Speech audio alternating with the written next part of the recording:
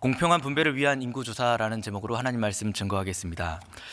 오늘 본문은 모압 평지에서 행한 이스라엘의 2차 인구조사를 기록하고 있습니다. 우리가 성경에서 인구조사라는 단어를 떠오를 때 어떠한 이미지가 먼저 떠오르나요? 저는 다윗이 사탄에게 휘둘려 인구조사를 함으로 말미암아 하나님의 노여움을 샀던 인구조사가 생각납니다. 인구조사가 너무나 부정적 이미지로 보여집니다. 하지만 민수기라는 책은 그 책의 이름이 백성들의 수를 세는 책입니다. 히브리어 성경에는 바미드바르라는 것으로 광야에서라는 제목을 가지고 있지만 이를 헬라어로 번역한 70인경에서는 아리트모이라며 셈하는 책으로 번역을 하게 됩니다. 이를 따라 영어 성경도 넘버스라는 책으로 번역이 되고 또 한자 성경으로 번역될 때 백성들, 민족의 수를 계수했다 하여 민수기라는 책으로 번역이 된 것이죠. 책의 제목을 따라 1장에서부터 인구조사가 시행되고 있습니다. 출애굽한 백성들이 이제 광야 생활과 전쟁을 맞이하며 하나님의 사람으로 점차 빚어져 나가게 될 것인데 이를 위한 목적으로 하나님은 첫 번째 인구조사를 민수기 1장에서 시행시키신 것이죠. 그러나 이 첫 번째 출애굽 세대는 어땠나요? 광야에서의 삶이 우리가 11장에서 어제 25장까지 살펴본 바 하나님 앞에 광야에서 불순종하고 불평하고 원망함으로 반역하는 죄악을 범함으로 말미암아 가나안 땅에 들어갈 수 없다라는 하나님의 심판을 선언받게 됩니다. 오직 출애굽 세대 중에 갈렙과 여호수아만이 가나안 땅에 들어갈 수 있었죠.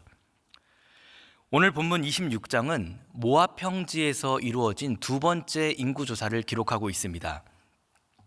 2차 인구조사를 시기와 대상, 장소와 순서에 따라서 차례대로 오늘 살펴보고자 합니다.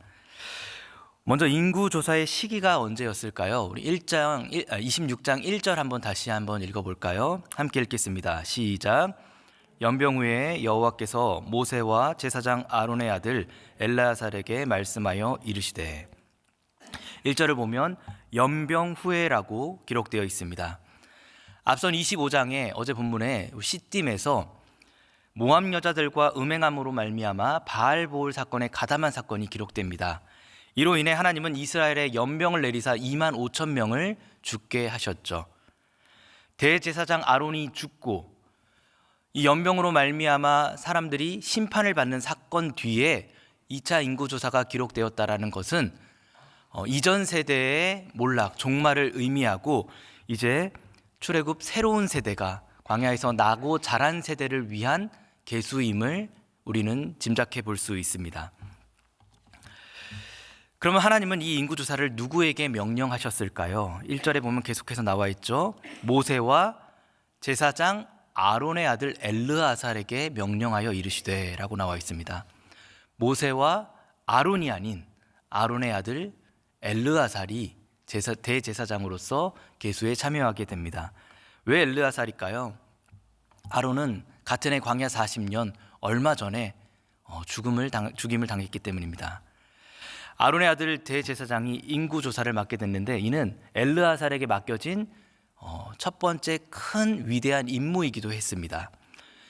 다음 세대에게 이 귀중하고 이 엄중한 임무를 맡겼다는 것조차 9세대의 종말과 더불어 새로운 세대가 가나안 땅에 입성할 날이 멀지 않았음을 보여주는 기사입니다. 조사 방식은 1차 때와 너무나 유사했습니다. 온 회중의 총수를 계수하는 것이었습니다. 가문에 따라 조사하는 것이었죠.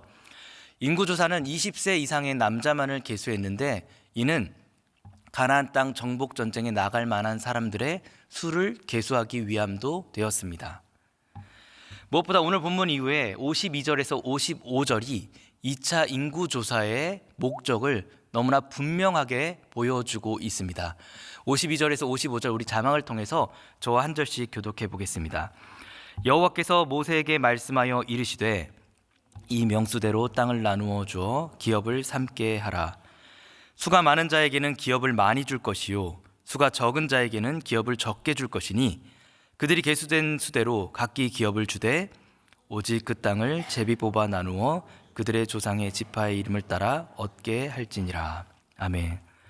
명수대로 땅을 나누어 주고 수가 많은 자에게는 기업을 많이 주고 적은 자에게는 적게 줄 것이다 라는 것을 통해서 이 2차 인구조사의 목적이 가나안 땅 입성을 위한, 땅 분배를 위한, 공평한 분배를 위한 인구조사임을 더욱더 분명하게 알려주고 있습니다. 하나님은 이스라엘 백성들이 이제 약속의 땅에 들어가 지파의 수가 많고 적음에 따라 땅을 공평하게 분배하시고 그로 말미암아 하나님의 약속의 성취를 분명히 이루고자 하셨습니다. 이것이 바로 인구조사의 목적이었습니다. 그렇다면 인구조사를 행한 장소는 어디였을까요? 3절에 보면 여리고 맞은편 모압 평지라고 말하고 있습니다. 가나안 땅을 바라보고 있는 맞은편 모압 평지에서 인구조사가 이루어진 것도 이전 세대의 불순종을 경고하고 있는 것이며 다음 세대를 향해 순종을 촉구하며 교훈하며 인구조사를 벌이고 있는 것입니다. 인구조사의 목록과 순서도 1차 때와 거의 일치했습니다. 중요한 차이가 있다면 1차 인구조사 때는 인구의 총수만을 계수하였다면 2차 인구조사는 인원의 수와 함께 각 지파의 목록을 세세하게 나열하고 있는 것입니다. 이 또한 공평한 분배를 목적하고 있기에 세세한 목록을 나열했던 것 같습니다. 2차 인구조사의 순서는 광야 행진을 위해 구성된 동서남북의 진영과 관련하여 조사를 실시합니다. 첫 번째 진영은 르우벤, 시므온, 갓 지파입니다. 성막 행군 순서에 따랐다면 유다 진영이 가장 먼저 계수되어야 했음이 마땅합니다. 그러나 2차 인구조사는 르우벤 지파의 진영으로부터 계수가 시작됩니다. 르우벤은 장자의 권한을 빼앗겼음에도 불구하고 이곳에서는 족보상의 장자로서 가장 먼저 등장하는데 아무래도 창세기 46장에 야곱의 자손들의 목록을 따라 그 순서를 따라 인구조사가 시행된 것 같습니다. 이렇게 본다면 2차 인구조사는 영적인 내용을 알리는 기록이라기보다는 역사적인 내용을 기록하고 있는 의도라고 볼 수 있습니다. 1차 조사 때와 비교하여 르우벤 지파는 2770명이 감소했습니다. 시므온 지파도 37,100명이나 감소했습니다. 갓 지파도 5150명이 감소하여 르우벤 진영의 감소가 너무나 두드러집니다. 르우벤 지파를 살펴볼 때 한 가지 독특한 점은 고라당의 반역 사건에 가담하였던 다단과 아비람의 이름이 구체적으로 언급되는 것입니다. 이들은 모세와 아론의 리더십에 도전하였다가 땅이 그들을 삼키는 심판을 받은 자들이었습니다. 또 한 가지 특이한 점은 11절에 르우벤 지파의 기록의 마지막에 보면 레위 지파가 기록되고 있다는 것입니다. 레위 지파는 본래 계수에 들지 않는 지파입니다. 이스라엘 각 12지파로 흩어져서 이스라엘 섬기는 지파였기 때문에 그들은 계수하지 않았죠. 인구조사에서 제외되었던 지파입니다. 그럼에도 레위 지파의 고라 자손들을 기록한 이유가 무엇이었을까요? 11절에 보면 고라의 자손들은 죽지 않았다라는 기록을 분명하게 남기고 있는데 고라에게 속한 모든 자들이 다 죽임을 당했을 때 왜 그의 자손들은 죽지 않았다라는 기록을 하나님은 남겨주셨을까요? 두 가지로 추측해 볼 수 있습니다. 첫 번째는 고라의 자손들이 너무나 어리었었기에 아버지의 죄악을 전혀 인지하지 못했던 자들이었을 거라고 여겨집니다. 만약에 그랬다면 하나님께서 아버지의 죄를 자녀에게 대물림하지 않겠다는, 가담하지 않겠다라는 심포도 속담을 떠오르게 하죠. 이후의 기록을 보면 고라 자손들은 일부가 포로 후기까지 생존하며 성전에서 시편을 남기는 등 매우 중요한 사역을 감당합니다. 이렇게 본다면 만약에 이 자녀들이 매우 어리지 않고 어느 정도 아버지를 향해서 사리분별을 할 수 있는 나이였다라고 추측해 본다면 아버지의 죄악에 동조하지 않은 것으로 보게 됩니다. 그렇다면 이들은 많은 사람들이 그 반역에 동조하였을 때 그 반역을 바라본 것이 아니라 자기 자리에 충실했던 모습을 보였던 것으로 여겨집니다. 고라 자손들은 반역에 동조하지 않았고 직분에 불만을 가지지 않았고 높은 자리를 탐하지 않았고 맡겨주신 자리 가운데에서 겸손하게 성실하게 여호와 하나님 앞에 충성을 다하였을 때 하나님께서 놀라운 결과를 그 자손들에게 허락하셨다는 것이죠.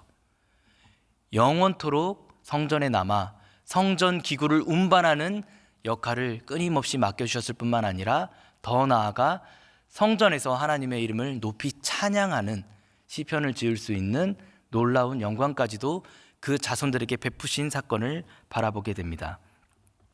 오늘 우리는 하나님이 우리에게 맡겨주신 직분의 자리 가운데에서 이 자리를 작게 여기고 다른 사람의 자리를 탐하고 있습니까? 아니면 내 자리에 충성된 일꾼으로 하나님 앞에 서 있습니까? 사람들의 요동에 흔들리지 않고 오직 맡기신 내 자리 가운데에서 충성을 다함으로 하나님의 성전에서 영원토록 주를 노래하며 주를 섬길 수 있는 고라의 자손들과 같은 하나님의 백성들이 되기를 간절히 축복합니다.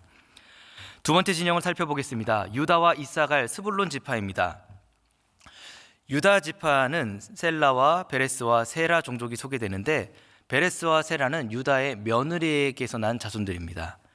특이한 점은 유다의 아들이었던 에르와 오난도 소개되는데 이들은 하나님 앞에 범죄한 자들이었죠. 유다 지파는 1900명이 증가했고 이사갈 지파는 9900명이 증가했고 스불론 지파는 3100명이 증가하므로 유다 진영 전체가 함께 증가되는 복을 받았습니다. 세 번째 진영은 므낫세, 에브라임, 베냐민 지파입니다. 므낫세 지파는 특별하게 슬로보앗의 딸들이 소개됩니다. 보통 여성은 족보에 포함되지 않는데 하나님은 슬로보앗에게 아들이 없었기에 이 딸들을 그 계수에 함께 포함시켜 줍니다. 이는 장차 슬로보앗의 자손들이 약속대로 기업을 받게 된 후에 반복적으로 나타날 대적들의 문제를 두고 미리 이곳에 언급해 둔 것으로 여겨집니다. 약자들을 소외하지 않으시고 하나님께서 공평하게 분배해 주시고자 하는 하나님의 놀라운 인애를 바라보게 됩니다. 므낫세 지파는 가장 많이 증가했나요? 2500명이 증가했고 에브라임은 8000명이 감소했고 베냐민 지파는 1200명이 증가합니다. 마지막 진영은 단과 아셀과 납달리 지파입니다. 단 지파는 특이하게 수암 종족 한 종족만 언급되고 있습니다. 아셀 지파도 특이하게 여성이 언급되는데 창세기 46장에서 언급되었던 유일한 야곱의 손녀 세라가 언급됩니다. 단 지파는 1700명이 증가했고 아셀 지파는 11,900명이 증가했고 납달리 지파는 8,000명이 감소합니다. 두 번째 인구조사에 드러난 이스라엘 백성의 총수는 60만 1,730명이었습니다. 우리가 11장에서 25장까지의 민수기 기록을 살펴보면 이스라엘의 수많은 반역으로 끊임없는 반역으로 이스라엘 백성들이 광야에서 모두 심판을 받고 다 죽임을 당한 것 같은데 1차 조사 때와 인구의 수를 비교해 보면 약 1820명밖에 감소되지 않았음을 바라보게 됩니다. 거의 변화가 없다는 것이죠. 하나님은 불순종의 세대가 하나님을 떠났음에도 불구하고 새로운 세대를 일으키어 하나님의 역사를 계속해서 진행하고 계심을 바라보게 되는 대목입니다. 이스라엘 불순종과 심판 속에서도 하나님은 언약을 반드시 이루어 가시는 신실하신 하나님이 되십니다. 약속에 신실하신 하나님을 보여주고 계십니다. 광야는 죽음의 땅, 불임의 땅이라고 합니다. 땅에 소산이 없으며 인간의 노력과 의지로 먹고 살 수 없는 곳이었습니다. 그러나 그 땅에서 이스라엘은 40년간 하나님의 보호 아래 옷이 해지지 않고 줄이지 않고 40년 광야 생활을 지내옵니다. 이스라엘이 생존력이 강한 백성이어서 그랬을까요? 아니죠. 하나님의 보호하심이 그들을 불기둥과 구름기둥으로 낮에는 해와 같이 밤에는 달과 같이 그들을 바라보며 지켜주셨기 때문입니다. 더 나아가 하나님이 아브라함에게 주신 땅과 자손과 복에 대한 약속을 신실하게 지켜주셨기 때문입니다. 오늘날 우리는 광야 같은 인생을 살아가고 있다고 합니다. 광야 같은 인생 속에서 우리는 오늘 누구를 의지하며 무엇을 바라보고 살아가고 있습니까? 하늘을 바라보지 못하고 하나님의 은혜를 바라보지 못하고 이스라엘 백성들과 같이 종되었던 애굽을 바라보고 있지는 않습니까? 하나님의 응답이 더디다 하여 애굽을 그리워하고 세상을 그리워하고 물질을 의존하고 있지는 않습니까? 불순종한 이스라엘 백성들과 같이 지금 내 눈앞에 해결되지 못한 이 문제만 해결될 수 있다면 하나님이 아니어도 된다라는, 다른 것을 의지해도 된다라는 안일한 신앙으로 오늘 하루를 불순종하며 살아가고 있지는 않습니까? 그러나 약속이 더디더라도, 성취가 더디더라도 우리에게 약속하신 하나님의 약속은 반드시 이루어지는 것을 우리는 기억해야 됩니다. 오늘 본문을 통해서 하나님은 하나님의 약속을 신실하게 이루어 가고 계심을 우리는 믿고 바라봐야 됩니다. 마지막으로 살펴볼 수 있는 인구조사를 통해 바라볼 수 있는 교훈은 하나님의 공의입니다. 므낫세 지파는 가장 많이 늘었고 유다 진영은 함께 증가했지만 반면에 줄어든 지파가 너무나 많이 있었습니다. 대표적인 지파가 야곱의 장자였던 르우벤 지파였죠. 르우벤은 야곱의 능력이었고 기력이었습니다. 권능이 탁월한 자였습니다. 그러나 아버지의 침상에 오름으로 말미암아 장자의 권한을 뺏긴 자였습니다. 그 결과 기업도 함께 줄어들게 되죠. 창세기 49장 4절을 보면 야곱이 르우벤을 향해 물의 끓음 같았다라고 기록하고 있는데, 넘지 말아야 될 선을 갈망했고 그것을 탐하였고 그 결과 한순간에 식어버리며 몰락하게 된 것입니다. 장자였으나 유다 지파의 장자의 명분을 넘겨주고 그렇게 르우벤 지파는 작고 작아지게 됩니다. 또한 세겜 몰살 사건에 가담하였던, 그래서 잔인한 피를 흘렸던 시므온 지파는 거의 반으로 줄게 된 것을 우리는 발견합니다. 시므온 지파는 우리 앞선 어제 본문에 시므온 지파의 시므리는 바알볼 사건의 주동자이기도 했었죠. 너무나 중요한 인물이었습니다. 주역이었습니다. 이렇게 시므온 지파는 거의 절반으로 줄게 되는 저주를 맞이하게 됩니다. 또 함께 세겜 몰살 사건에 가담했던 레위 지파는 12지파로 흩어지는 운명을 맞이하게 됩니다. 우리가 창세기 49장을 야곱의 축복장이라고 잘 기억하고 있는데 49장 5절에서 7절을 보면 이렇게 나타나 있습니다. 시므온과 레위는 형제요 그들의 칼은 폭력의 도구로다 라고 말하며 6절에 보면 내 혼들아 그들의 모의에 상관하지 말지어다 라고 말하고 있습니다. 7절을 볼까요? 내가 그들을 야곱 중에 나누며 이스라엘 중에 흩으리로라고 말합니다. 야곱의 축복장이라고 말하는데 이것이 축복인가요? 저주인가요? 거의 저주에 가깝지 않습니까? 그러나 시므온 지파가 기하급수적으로 감소하는 것과 레위 지파의 흩어짐은 심판의 결과로 볼 수 있겠으나 이스라엘 전체를 봤을 때는 이들이 작아지고 이들이 흩어지는 것이 전체 지파를 봤을 때는 복이었습니다. 그렇게 하나님은 하나님의 공의를 이스라엘 모든 지파에게 흐르게 하십니다. 그리고 약속에 따라 공평하게 땅을 분배하고자 하십니다. 말씀 정리하겠습니다. 단순한 인구조사 같지만 분명 일장과 다른 목적을 가진 인구조사였습니다. 모압 평지 건너편에서 가나안 땅이라는 더 좋은 땅을 바라보며 그 땅을 다음 세대에게 나누어 주기 위한 조사였고, 그 땅에는 훨씬 더 많은 우상들이 도사리고 있었기에 다음 세대를 향해 가나안 땅을 분배받는 것뿐만 아니라 지금 서 있는 이곳에서부터 하나님만을 바라보는 훈련을 더욱더 시키시기를 원하셨습니다. 이전 세대의 불순종을 상기하며 다음 세대의 순종을 촉구하고 있는 인구조사가 되기도 했습니다. 지금 우리가 서 있는 곳에서 무엇을 바라보고 있습니까? 하나님이 우리에게 구원을 베풀어 주시고 약속의 땅을 허락해 주셨습니다.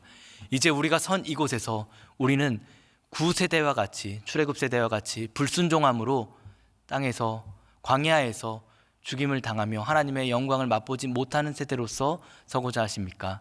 아니면 다음 세대와 같이 다시 하나님의 말씀 앞에 순종함으로 서서 약속의 땅을 바라보며 천성을 향해 나아가는 거룩한 성도가 되고자 하십니까? 인구조사에 나타난 하나님의 신실하심과 공의로우심을 기억하여 오늘도 우리의 광야 같은 인생길 속에서 한 걸음 한 걸음을 순종의 발걸음을 내딛어 살아계신 하나님의 거룩한 약속을 오늘 미리 선취하여 받아 누릴 수 있는, 저 천국을 미리 선취하여 누리며 살아갈 수 있는 거룩한 하나님의 백성들이 되기를 간절히 축복합니다. 함께 기도하겠습니다. 우리 시간은 함께 말씀 의지하여 기도할 때에 하나님께서 베풀어 주신 놀라운 약속의 신실하심과 그 거룩한 성취를 바라보며 오늘 우리의 삶 속에 약속이 조금 더디더라도, 우리의 삶 가운데 어려움이 있더라도 약속을 소홀히 여기지 않으며 신실하신 하나님을 바라보며 공의로우시는 하나님을 바라보며 내 자리에서 내 직분을 다해 하나님 앞에 충성할 수 있는 귀한 날을 허락하여 주시옵소서. 하나님 한 분만을 바라보며 세상의 풍조를 따르지 아니하며 하나님 앞에 오직 순종의 제사를 드려 하나님께서 바라시고 목적하신 그 자리로 인도함을 받을 수 있는 거룩한 하나님 백성 될 수 있도록 역사해 주시옵소서. 함께 말씀을 놓고 기도하며 오늘 우리의 삶에 놓여진 수많은 문제를 놓고 하나님 앞에 기도하시다가 자유롭게 삶의 자리로 돌아가겠습니다. 기도하겠습니다.